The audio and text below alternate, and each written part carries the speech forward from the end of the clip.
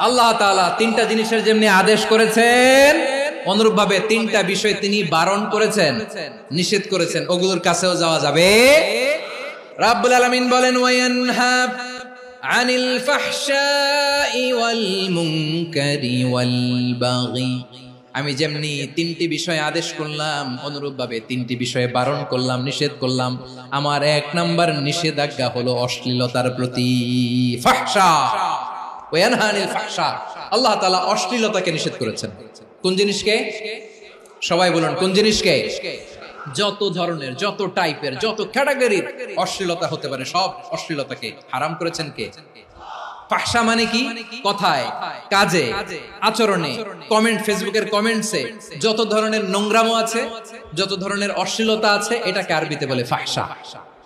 রাব্বুল আলামিন বলেন কুল ইন্নামা حرم ربي الفواحش ما ظهر منها وما بطن।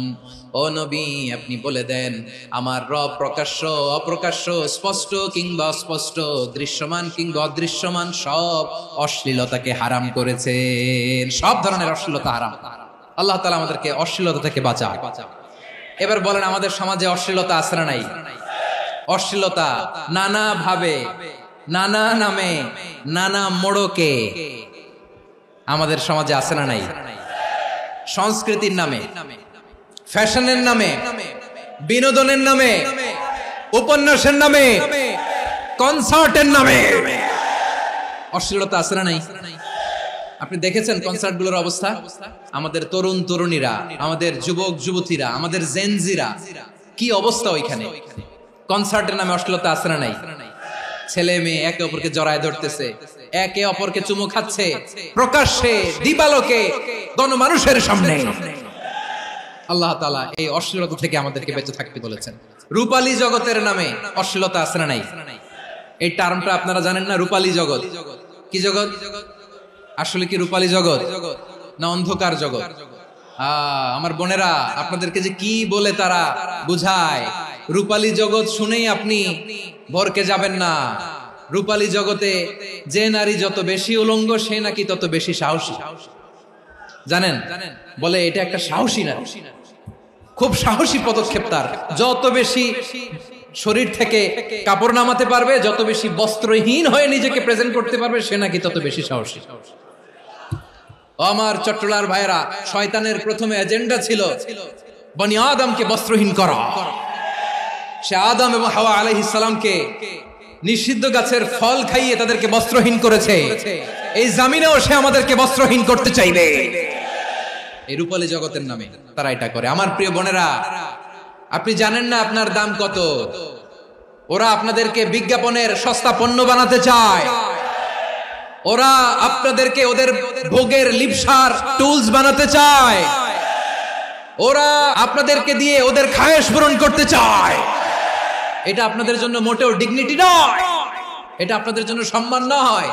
আপনার সম্মান শালীনতায়, আপনার সম্মান হেজাবে, আপনার সম্মান ভদ্রতায়, আপনার সম্মান আপনার ডিসেন্ট পোশাকে।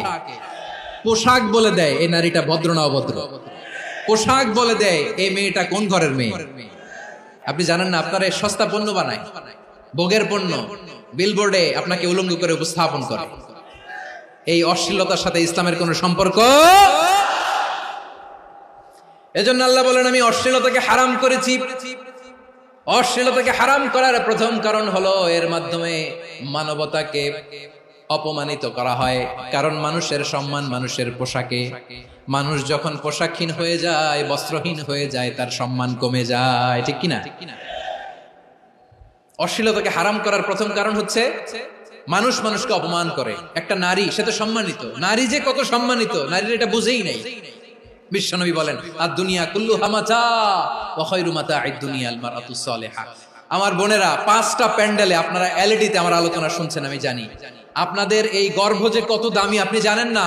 আপনার পেট থেকেই আসবে আগামী দিনের সালাহুদ্দিন আল আইয়ুবী। আপনার পেট থেকেই আসবে অনাগত দিনের ইমাম মাহদী আল মুনতাযর। আপনার পেট থেকেই আসবে অনাগত দিনের ফয়সাল, ওয়াসিম, মুগ্ধ, আবু সাইদের মতো বীর যোদ্ধা। আমার প্রিয় বোনেরা, আমার প্রিয় বোনেরা, বিশ্বনবীর কথার ওজন খেয়াল করেন, আর দুনিয়া কুল্লুহা মাতা ওয়া খায়রু মাতা'আদ দুনিয়াল মারআতুস সালিহা। দুনিয়ার সবকিছুই অ্যাসেট, এর মধ্যে সবচেয়ে দামি অ্যাসেট নেককার নারী। আপনার গর্ভ যে কত দামি আপনি জানেন না। নিজের সময়টাকে কাজে লাগান, কোরআন পড়েন, সুন্নাহ পড়েন। আপনার অনেক দায়িত্ব ঘরে। You are the MD of your family. একটা family it's a very big institution. পরিবার একটা অনেক বড় প্রতিষ্ঠান, and you are the MD of your institution. আপনি এই পরিবারের MD, managing director of your family. এখানে আপনার কত দায়িত্ব। আপনি ছেলে মেয়েদেরকে তারবিয়া করবেন, আপনি আপনার স্বামীর জন্য ঘরটার জান্নাতের নীড় বানাবেন, আপনার জন্য জান্নাতের ডুপ্লেক্স বাড়ি ওইখানে তৈরি করে রাখবে কে? আপনি যে কত দামি আপনি জানেন না। নারীদেরকে আল্লাহ বানিয়েছেন উচ্চতর করে, নিম্নতর নয়। নারীদেরকে ছোট্ট জিনিস দিলে এটার বড় করে দেয়। নারীদেরকে ভ্রূণ দিলে, শুক্রাণু দিলে নারী এটারে বাচ্চা হিসেবে উপহার দেয়, ঠিক কিনা? বিয়ের মাধ্যমে স্বামী যখন তার শুক্রাণু তার স্ত্রীকে উপহার দেয়, স্ত্রী রিটার্নে কি উপহার দেয়? ফুল ফর্ম বেবি, মানব সন্তান। দেখছেন, আপনি দিলেন একটুকুনি, দিছে বিশাল। আপনি যদি নারীকে বাজার এনে দেন, নারী এটাকে সুস্বাদু খাবারে রূপান্তর করে দেয়। আপনি তাকে একটা মুচকি হাসি দিয়ে দেন, সে তার কলিজা দিয়ে দেয়। কিন্তু যদি আপনি তার মনে কষ্ট দেন, সে আপনার জীবনকে জাহান্নাম বানায়া দেয়। নারীর মন বুঝতে পারলে নেয়ামত, বুঝতে না পারলে কিয়ামত। আমার প্রিয় বোনেরা, আপনি যে কত দামি আপনি জানেন না। অনেক দামি আপনি। আপনাদেরকে যেন ভোগের সস্তা পণ্য বানাতে না পারে, আপনাদেরকে সচেতন থাকতে হবে।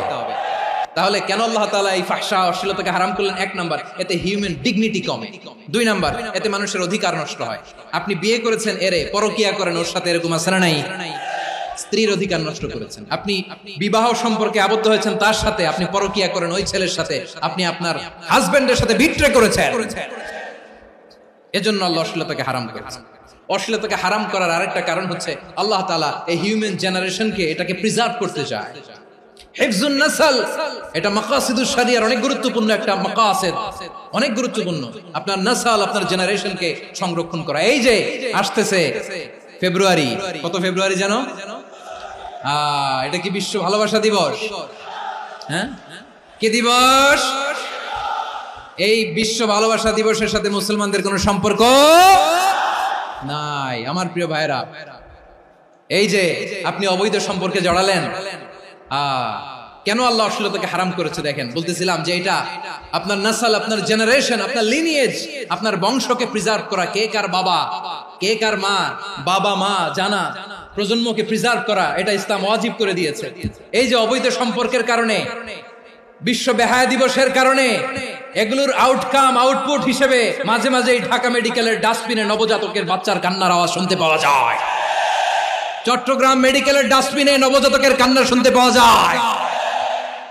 বীর চট্টলার মুসলমানেরা বুঝতে পারলে আওয়াজ করে বলেন, এই যে চট্টগ্রাম মেডিকেলে যে নবজাতকটা পাওয়া গেল, ওর বাবাকে আমাকে বলেন, ওর মাকে, ও কোন ফ্যামিলির সন্তান কেউ জানে? আপনি হিউম্যান ডিগনিটিকে অপমান করেছেন না? আপনি তার ভবিষ্যৎকে অন্ধকার করেছেন না? আপনি তার লিনিয়েজকে প্রশ্নবিদ্ধ করে দিয়েছেন না? এই জন্য আল্লাহ তাআলা অশ্লীলতাকে আমাদের জন্য হারাম করে দিয়েছেন। পড়েন সুবহানাল্লাহ।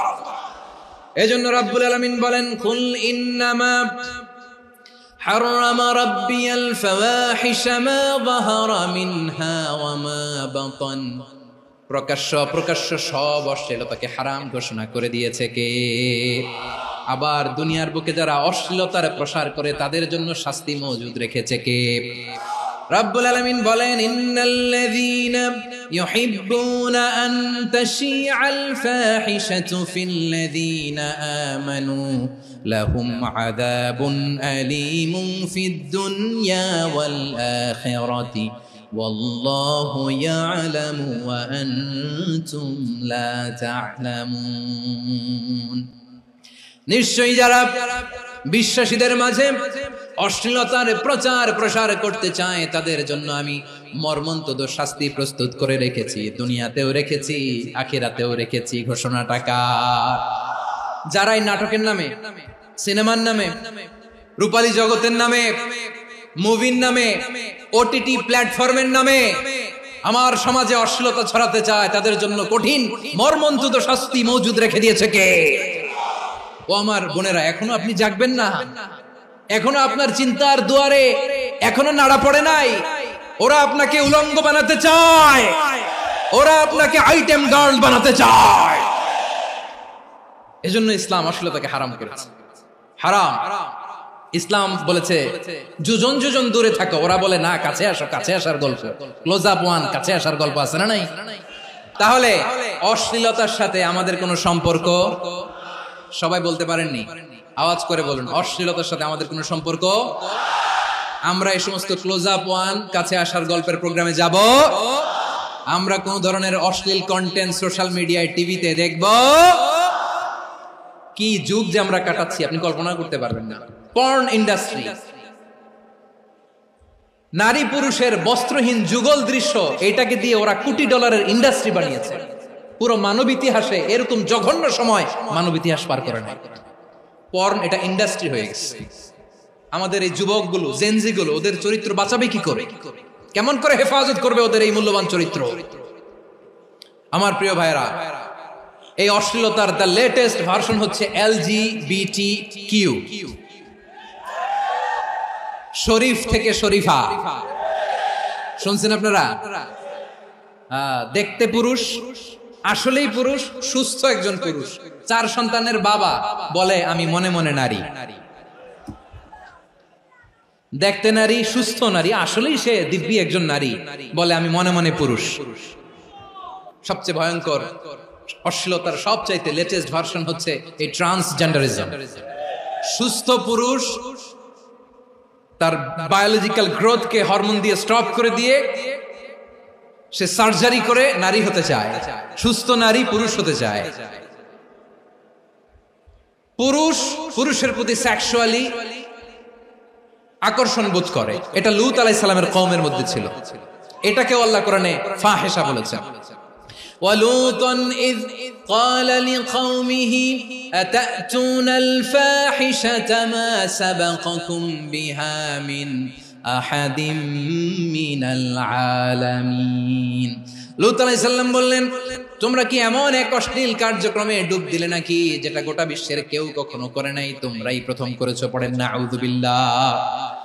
এই পশ্চিমের এই রোগ আমার দেশে যেন আসতে না পারে, আমাদের সজাগ থাকতে হবে। প্রিয় ভাইরা চিল্লায় বলেন ঠিক কিনা? পশ্চিমের অবস্থা ভয়ঙ্কর। পাশ্চাত্যে, আমি যুক্তরাষ্ট্রে ছিলাম অনেকদিন, কয়েক মাস, বিভিন্ন স্টেটে ঘুরেছি। গার্ডিয়ানরা উদ্বিগ্ন, ছেলে মেয়েদেরকে, ছোট্ট ছেলে মেয়ে, ওদেরকে জিজ্ঞেস করে, তুমি how do you feel right now inside yourself? তুমি ভিতরে ভিতরে কেমন ফিল করো? তোমার কি ছেলে ছেলে লাগে না মেয়ে মেয়ে লাগে? আচ্ছা বলেন, এই ছোট্ট বাচ্চাটা ওকে এগুলো জেন্ডার অ্যাসাইনমেন্ট বলতে এগুলো কিছু বুঝে?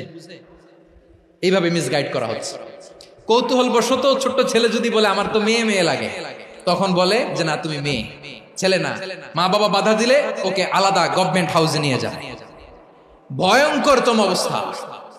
আমরা একটা সময় শুনতাম, হুজুর আমার ছেলেটা খুব ভালো, হাফেজে কোরআন, আল্লাহওয়ালা। হুজুর আমার ছেলে দাড়ি রাখছে, আল্লাহওয়ালা। হুজুর আমার ছেলে 5 ওয়াক্ত সালাত জামাতের সাথে পড়ে, তার মানে আল্লাহওয়ালা। পশ্চিমে যে আমি কি শুনছি জানেন? ওরা বলে হুজুর আমার ছেলেটা ইউনিভার্সিটির একটা মেয়ের সাথে প্রেম করে, ও খুব আল্লাহওয়ালা, হুজুর দোয়া করবেন। এর কারণ ওদের কাছে আল্লাহওয়ালার ক্রাইটেরিয়া হচ্ছে হুজুর আমার ছেলেটা আরেক ছেলের পছন্দ করে নাই, আমার মেয়েটা আরেক মেয়েকে ভালোবাসে নাই, এজন্য আমার ছেলেটা আল্লাহওয়ালা, হুজুর ওর জন্য একটু দোয়া করে দিয়ে। কি চ্যালেঞ্জ ওরা ফেস করতেছে। ওনার ছেলে যে আরেক ছেলেরে বিয়ে করবে না, এটাতেই উনি খুশি যে আলহামদুলিল্লাহ আমার ছেলেটা একটা মেয়েরে ভালোবাসে, আমার মেয়েটা একটা ছেলেরে ভালোবাসে, মানে এটা খুব আল্লাহওয়ালা। নাউজুবিল্লাহ পড়তে পারলেন না? এজন্য অশ্লীলতার সাথে আমাদের কোনো সম্পর্ক। রব্বুল আলামিন বলেন ওয়ায়ানহা আনিল ফাহশাই ওয়াল মুনকারি ওয়াল বাগি। 3টা জিনিসকে আমি নিষিদ্ধ করলাম। 1 নাম্বার হলো ফাহশা, অশ্লীলতা। 2 নম্বরে হলো মুনকার, সমস্ত মন্দ কাজ। মুনকার মানে হচ্ছে যত মন্দ কাজ, খারাপ কাজ, বাজে কাজ, এটার বলে মুনকার। এটার কি বলে? আপনারা পড়ছেন না, তা'মুরুনা বিল মা'রুফি ওয়া তানহাউনা আনিল মুনকার। সৎ কাজের আদেশ, অসৎ কাজের নিষেধ। মুনকার, মুনকার হচ্ছে মানুষের স্বাভাবিক বিবেকবোধ যেটাকে খারাপ বলে, ওইটাই মুনকার। পৃথিবীর সব আসমানি গ্রন্থ যেটাকে খারাপ বলেছে, মানুষের স্বাভাবিক বিবেকবোধ যেটাকে খারাপ বলেছে, এগুলো সব মুনকার। যেমন ইফতিজিং, এটা কি ভালো না খারাপ? মজুদদারি, খাদ্যে ভেজাল দেওয়া, ওজনে কম দেওয়া, মাছে ফরমালিন মিশানো, চাঁদাবাজি, টেন্ডারবাজি, দখলবাজি, এগুলো আমাদের স্বাভাবিক বিবেকেই বলে এগুলো খারাপ, এগুলো হচ্ছে মুনকার। আল্লাহ তাআলা এই মুনকার থেকে আমাদেরকে বেঁচে থাকতে বলেন, আর শয়তান এই মুনকারের প্রতি আমাদেরকে উদ্বুদ্ধ করে। আল্লাহ তাআলা বললেন, ইয়া আইয়ুহাল্লাযীনা আমানু লা তাত্তাবিউ খুতুওয়াতিশ শাইতান ওয়া মান ইয়াত্তাবি' খুতুওয়াতিশ শাইতানি ফাইন্নাহু ইয়া'মুরু বিল ফাহশাই ওয়াল মুনকার। আল্লাহ বললেন, আমার গোলামেরা শোনো শোনো, ও আমার বিশ্বাসী বান্দারা খবরদার, তোমরা কশিনকালেও শয়তানের পদাঙ্ক অনুসরণ করবে না, কারণ শয়তান তোমাদেরকে অশ্লীলতা এবং মন্দ কাজের দিকে উদ্বুদ্ধ করে। আমাদের কাজ হচ্ছে শয়তান আমাদেরকে যেদিকে নিতে চায় আমরা তার উল্টা দিকে যাব। শয়তান এই মন্দ কাজকে আমাদের কাছে বিউটিফাই করে, চাকচিক্যময় করে আমাদের সামনে উপস্থাপন করে। এজন্য আল্লাহ বলেন, মুনকারকে থামাতে হবে, মুনকার প্রতিরোধ করতে হবে। মুনকার প্রতিরোধের দায়িত্ব শুধু আমাদের নাকি? শুধু আপনার খতিব সাহেবের, ইমাম সাহেবের, নাকি মুসলিম উম্মার সবার? আওয়াজ করে বলুন, মুনকার অসৎ কাজ প্রতিরোধের দায়িত্ব কার? রাব্বুল আলামিন বলেন, কুনতুম খায়রা উম্মাতিন উখরিজাত লিন-নাসি তা'মুরুনা বিল মা'রুফি ওয়া তানহাউনা আনিল মুনকার। তোমাদেরকে শ্রেষ্ঠ জাতি করে জমিনের মধ্যে আবির্ভূত করা হয়েছে, যাতে করে তোমরা জমিনের ভেতরে সৎ কাজের আদেশ করতে পারো আর অসৎ কাজের নিষেধ করতে পারো। উম্মাহ, কুনতুম খায়রা, তাহলে গোটা উম্মার দায়িত্ব, এটা বুঝতে পারছেন তো? আচ্ছা, আরো নিচে আসেন। এরপরে আল্লাহ বললেন, শুধু উম্মাহ না, এই জমিনের রাজত্ব আমি যাদের হাতে দেই, এই জমিনের মালিক আমি যাদেরকে বানিয়ে দেই, যাদেরকে আমি সরকারের দায়িত্ব দেই, তাদেরকেও মুনকার প্রতিরোধের দায়িত্ব দিয়েছে কে? আল্লাহ বলেন, যারা ক্ষমতার মসনদে বসেছে তাদেরকে 4 দফা কর্মসূচি আমি আল্লাহ দিলাম। আওয়াজ করে বলেন, কয় দফা?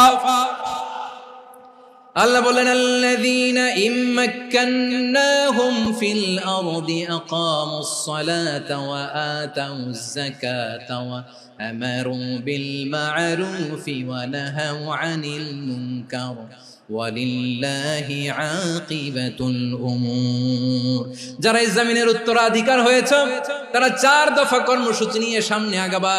সালাত কায়েম করবা, যাকাত আদায় করবা, সৎ কাজের আদেশ দিবা, অসৎ কাজ থেকে মুনকার প্রতিরোধ করবা। আদেশটা কার? আমার প্রিয় চট্টলার ভাইরা, পুরো উম্মার দায়িত্ব মুনকার প্রতিরোধ করা, সরকার প্রধানের দায়িত্ব মুনকার প্রতিরোধ করা। এরপর আল্লাহ বলেন, প্রতিটা ফ্যামিলির যিনি প্রধান সিইও বাবা, প্রত্যেক বাবারও দায়িত্ব এই মুনকার প্রতিরোধ করা। আওয়াজ করে বলেন ঠিক কিনা? যেমনটি সাইয়েদনা লুকমান আলাইহিস সালাম ওনার কলিজার টুকরা সন্তানকে আদেশ করেছেন, ইয়া বুনাইয়া আকিমিস সালাতা ওয়া'মুর বিল মা'রুফি ওয়ানহা আনিল মুনকার। পড়েন সুবহানাল্লাহ।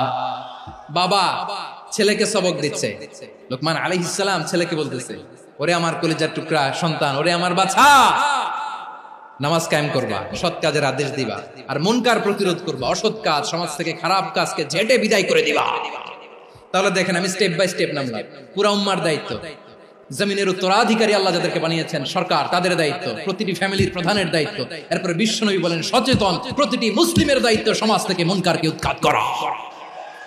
বিশ্বনবী বলেছেন, মান রাআ মিনকুম মুনকারান ফালিয়ুগাইয়িরহু বিয়াদিহি ফাইন লাম ইয়াসতাতি ফাবিলিসানিহি ওয়া ইন লাম ইয়াসতাতি ফাবিকলবিহি ওয়া যালিকা আযআফুল ঈমান। সমাজে যে মুনকার দেখবে, খারাপ কাজ দেখবে, সেজন্য হাত দিয়ে সেটাকে থামায়। আমার প্রিয় ভাইরা, না থামালে আমরাই ডুববো শেষমেশ। আমাদের বাঁচার জন্য হলেও থামাইতে হবে। রব্বুল আলামিন বলেন, ওয়াত্তাকু ফিতনাতাল লা তুসিবান্নাল্লাযীনা যালামু মিনকুম খাসসা। ও আমার গোলামেরা, ওই আযাবকে ভয় করো যে আযাব যখন আমি জমিনের বুকে পাঠাই, শুধু জালেমদেরকেই মারি না, আলেমদেরকেও মারি। আযাব যখন আসে তখন শুধু জালিমই মরে না, আলেমও মরে। জানেন, মূসা আলাইহিস সালামের পায়ে একবার একটা লাল পিঁপড়া, তো উনি রেগে মেগে পাশি দেখে লাল পিঁপড়ার বাসা, পা দিয়ে ডলে মুছে সবগুলো পিঁপড়া মেরে ফেলছে। এই ঘটনাটা আল্লাহ ঘটিয়েছেন এজন্য মুসা আলাইহিস সালাম ছিলেন কালিমুল্লাহ, সরাসরি আল্লাহর সাথে কথা বলতেন। তিনি আল্লাহকে জিজ্ঞেস করেছিলেন, আল্লাহ তুমি যখন কোনো জনপদে আযাব পাঠাও, শাস্তি দাও, ওখানকার শুধু জালেমরাই তো মরে না, ভালো মানুষগুলাও মরে, তো আযাব দিবা মুশরিকদের উপর দিবা, অবাধ্যদের উপর দিবা, ভালো মানুষগুলোরে মারো কেন? আল্লাহ বলেন, মুসা তোমার যে কামড় দিছিল পায়ের মধ্যে পিঁপড়া, কয়টা পিঁপড়া? একটা পিঁপড়া, তো সবগুলারে মারলা কেন? রেগে মেগে পুরো পিঁপড়ার বাসা ভেঙে ম্যাসাকার করলা কেন? আমি যখন অ্যাকশনে যাই, আমি যখন শাস্তি দেই, তখন এত বাস বিচার করা হয় না, বাস বিচার করা যায় না। যখন অ্যাকশনে যাওয়া হয়, ওইটা ডাইরেক্ট অ্যাকশন হয়ে যায়। চিল্লায় বলো ঠিক কিনা? এজন্য আমাদের বাঁচার জন্য হলেও এই পাপ থামাতে হবে, এই শয়তানের অট্টহাসি থামাতে হবে, অন্যায় অপরাধ সমাজ থেকে আমাদের থামাতে হবে। কারণ আযাব আসলে ওরাও মরবে, আমরাও মরবো। একটা জাহাজ 2 তলা, আপনি আছেন 2য় তলায়, নিচের তলার কিছু লোক জাহাজের তলা ছিদ্র করতে আরম্ভ করছে। কি ছিদ্র করতেছে? আচ্ছা, জাহাজের তলা ছিদ্র করলে তলা দিয়ে কি ঢুকে? এখন আপনি যদি বলেন আমার কি, আমি তো 2 তলায়, আমি তো ভালো আছি, ওরা ছিদ্র করে ওরা মরবে। আসলে কি শুধু ওরা মরবে? তলা দিয়ে যখন পানি ঢুকবে, জাহাজ ঢুকলে আপনিও মরবেন। এজন্য নিজে মরার আগে ওই পাগলগুলোর নিচ তলায় যে থামাতে হবে। চিল্লায় বলেন ঠিক কিনা? এজন্য আল্লাহ বললেন মুনকার প্রতিরোধের দায়িত্ব সমাজের টপ টু বটম সবার। এজন্য মুনকার প্রতিরোধ করার দরকার আছে না নাই? সমাজে এই যে ইফটিজিং হয়, আপনার বোনের বয়সী একটা মেয়েকে কিছু বকাটে টিটকারি করে, এই বলে সেই বলে, নোংরা কথা বলে, রাস্তায় দেখেও আপনি পাশ দিয়ে না দেখার মতো চলে যান কেন? আপনি দাঁড়ান না কেন? আপনি দাঁড়ালেই তো থেমে যাবে, কারণ সত্যের যে শক্তি, তার সামনে মিথ্যা মুখ থুবড়ে পড়ে। আপনার সামনে ও কিছুই না, নাথিং।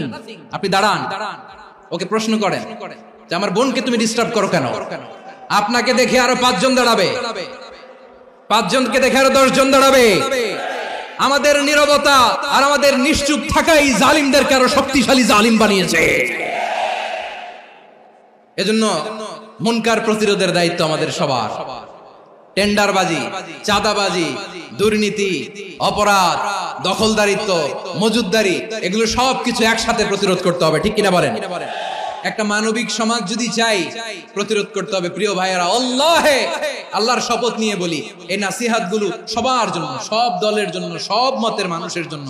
আমরা কোনো দলের প্রতি মানুষকে ডাকি না, আমরা ডাকি ইসলামের দিকে। সব দলের, সব মতের, সব মানুষদেরকে আমরা আহ্বান জানাই, আসুন আমরা একটা সুন্দর সমাজ বিনির্মাণ করি। এই যে নতুন বাংলাদেশের এক সুযোগ এসেছে, আর জীবনে হয়তো আসবে না, সামনের 100 বছর এই সময় আসবে না। আসুন দেশটাকে আমরা সাজাই, আসুন আমরা দুর্নীতি বন্ধ করি, আসুন আমরা চাঁদাবাজি বন্ধ করি, আসুন আমরা দখলদারিত্ব বন্ধ করি, আসুন আমরা এক দল আরেক দলকে নিশ্চিহ্ন করার যে রাজনীতি, এটা বন্ধ করি। সব দলের প্রতি আমার আহ্বান, আমরা চাঁদাবাজ মুক্ত বাংলাদেশ চাই, জুলুম মুক্ত বাংলাদেশ চাই, ফ্যাসিজম মুক্ত বাংলাদেশ চাই, গুণ খুন খারাপি মুক্ত বাংলাদেশ চাই, আমরা নতুন ভোরের বাংলাদেশ চাই। ওই বাংলাদেশ পাওয়ার জন্য মুনকার প্রতিরোধে, অন্যায় প্রতিরোধে যদি বাঘের বাচ্চার মতো, আবু সাইদের মতো 2 হাত উঁচু করে, বুককে টান টান করে প্রসারিত করে দাঁড়াতে হয়, রাজি আছো মুসলমান?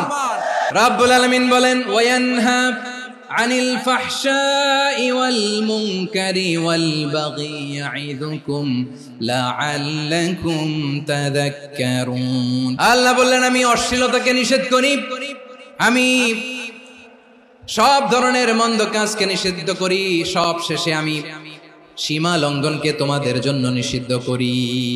নিষিদ্ধ করেছেন কয়টা জিনিস?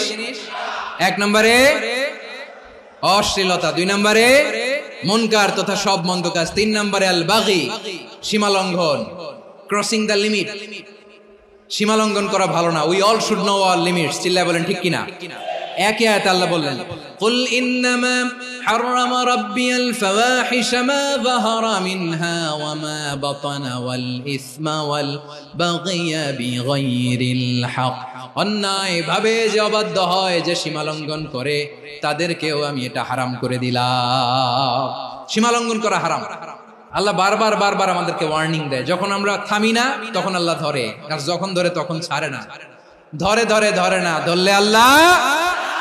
ফেরাউনকে কিন্তু হুট করে ধরে নাই, আপনারা জানেন, 9 বার ওয়ার্নিং দিয়েছে। ফেরাউনকে আল্লাহ তাআলা ওয়ার্নিং দিয়েছিল কয়বার? রাব্বুল আলামিন বলেন ওয়ালাকাদ আতাইনা মূসা 9 আয়াতিন বাইয়িনাত, 9টা মুআজিজা দেখিয়েছি। 1 2 3 বারবার এইভাবে রিমাইন্ডার, ওইভাবে রিমাইন্ডার, এইভাবে নসিহত, ওইভাবে দাওয়া। ফাকুলা লাহু কাওলান লাইয়িনা, নরম করে বলো, সফট করে বলো, যত ওয়ে হতে পারে দাওয়া মেথোডোলজি মূসা আলাইহিস সালামের সব অ্যাপ্লাই শেষ। 10ম বারে যে আল্লাহ ধরছে, 10ম বারে যে ধরেছে। এজন্য আল্লাহ বলেন আমি সীমালঙ্ঘনকে পছন্দ করি না। কোরআনের অন্য আয়াতে বাগীকে বলা হয়েছে ইতিদা, সীমালঙ্ঘন যারা করে তাদেরকে আল্লাহ বলেছেন মুতাদিন। ওয়াকাতিলু ফি সাবিলিল্লাহিল্লাযীনা ইউকাতিলুনাকুম ওয়ালা তা'তাদু ইন্নাল্লাহা লা ইউহিব্বুল মুতাদিন। আমি সীমালঙ্ঘনকারীদেরকে কোশ্চিনকালেও পছন্দ করি না। আমরা যেন সীমালঙ্ঘন না করি, রাজি আছেন তো? যে কোনো ক্ষেত্রে ইবাদতে যেন সীমালঙ্ঘন না করি। অনেকে আমরা ইবাদতে সীমালঙ্ঘন করে ফেলি। বিশ্বনবী সাল্লাল্লাহু আলাইহি ওয়াসাল্লাম যেটা শিখিয়েছেন এর বাইরে যে অতিরিক্ত বুজুর্গ হতে চায় এরকম আছে না নাই? কোন ক্ষেত্রেই সীমালঙ্ঘন করা যাবে, এমনকি যুদ্ধ ক্ষেত্রেও না। বিশ্বনবী সাল্লাল্লাহু আলাইহি ওয়াসাল্লাম বলেন খবরদার যুদ্ধ ক্ষেত্রেও সীমালঙ্ঘন করো না। কি সুন্দর ইসলাম আমরা পেয়েছি। বিশ্বনবী বলেন খবরদার যুদ্ধের ময়দানে কোনো নারীর গায়ে হাত তোলো না, কোনো শিশুর গায়ে হাত তোলো না, কোনো গবাদি পশু হত্যা করো না, কোনো শস্য ক্ষেত্র ধ্বংস করো না, ইবাদতরত অন্য ধর্মের কোনো সন্ন্যাসীর গায়ে হাত তোলো না। বলেন সুবহানাল্লাহ। তাহলে আমরা সীমালঙ্ঘন করতে পারবো? প্রিয় ভাইরা, একটা সুখী, সমৃদ্ধ, শান্তির সমাজ, মানবিক সমাজ যদি আমরা গঠন করতে চাই, আমাদের আল্লাহর দেয়া কয়টা আদেশ মানতে হবে বলেন দেখি? আর বেঁচে থাকতে হবে কয়টা জিনিস থেকে? আল্লাহর আদেশ কি? 1 নাম্বার ফাহশা, অশ্লীলতা, অশ্লীলতার সাথে আমাদের কোনো সম্পর্ক। 2 নাম্বার নিষেধাজ্ঞা কি ছিল? আল মুনকার, সমাজের যত মন্দ কাজ এগুলোকে আমরা প্রতিরোধ করব। রাজি আছেন তো সবাই? 3 নাম্বার আল বাগী, সীমালঙ্ঘন। কোন মুসলিম সীমালঙ্ঘন করে না। রাব্বুল আলামিন শেষে বললেন ইয়াইদুকুম লাআল্লাকুম তাযাক্কারুন, আল্লাহ তোমাদেরকে উপদেশ দেন যাতে তোমরা শিক্ষা গ্রহণ করো। আমরা উপদেশ দেব, আমরা জোর করে কাউরে কিছু মানাতে চাই না। লা ইকরাহা ফিদ্দিন ওয়া যাক্কির ফাইন্না যিকরা তানফাউল মুমিনিন, উপদেশ দিলে এটা মুমিনদের কাজে দেয়। লাস্তা আলাইহিম বিমুসাইতির ইন্নামা আনতা মুযাক্কির, নবী হে আপনি রিমাইন্ডার দাতা, আপনি উপদেশ দিবেন। আমরাও বিশ্বনবীর এই হাদিসগুলো থেকে, কোরআনের আয়াত থেকে রিমাইন্ডার, এই কথামালা বাণী বাহক হিসেবে এই বাণীগুলো আপনাদের সাথে কাছে পৌঁছে দিলাম। আমরা আল্লাহ তাআলার কাছে প্রার্থনা করি, আল্লাহ আমরা যেন আদল দিয়ে আমাদের সমাজকে গঠন করতে পারি। আল্লাহ আমরা যেন ইহসান করতে পারি, আমরা যেন নিকটাত্মীয়দের দান করতে পারি। আল্লাহ যত ধরনের অশ্লীলতা, অনাচার, মন্দ কাজ, সীমালঙ্ঘন, অবাধ্যতা থেকে যেন আমরা বেঁচে থাকতে পারি। আল্লাহ তাআলা আমাদের সবাইকে কথাগুলো বোঝার ও আমল করার তৌফিক দান করুক। হাযা মা ইনদি ওয়াল ইলমু ইনদাল্লাহ আলাইহি তাওয়াক্কালতু ওয়া ইলাইহি উনীব। সুবহানাকাল্লাহুম্মা ওয়া বিহামদিকা আশহাদু আল্লা ইলাহা ইল্লা আনতা আস্তাগফিরুকা ওয়া আতুবু ইলাইক। আলামিনের হাবিব